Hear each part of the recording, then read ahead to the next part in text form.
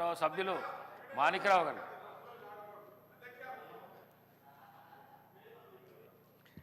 ధన్యవాదాలు అధ్యక్ష. అన్ని ప్రభుత్వాలు రైతుల గురించి మాట్లాడుతూ ఉన్నారు, చాలా సంతోషం. ఎందుకంటే రైతుకు కావాల్సింది ముఖ్యంగా నీరు.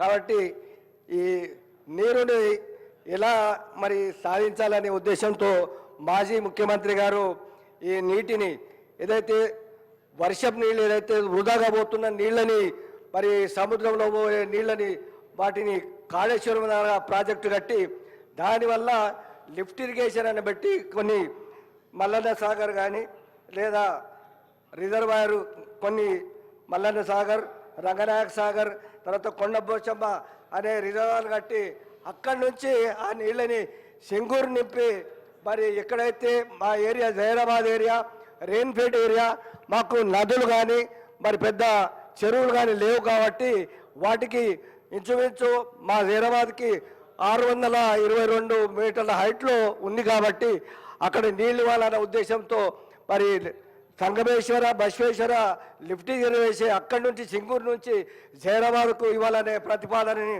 అదేవిధంగా ఆ ప్రతిపాదనలో భాగంగా మాజీ మంత్రి హరీష్ రావు గారు మన ఆందోళన నియోజకవర్గంలోని చిన్న చెలిమెడ గ్రామంలో పంప్ హౌస్ కూడా భూమి పూజ చేయడం జరిగింది సార్.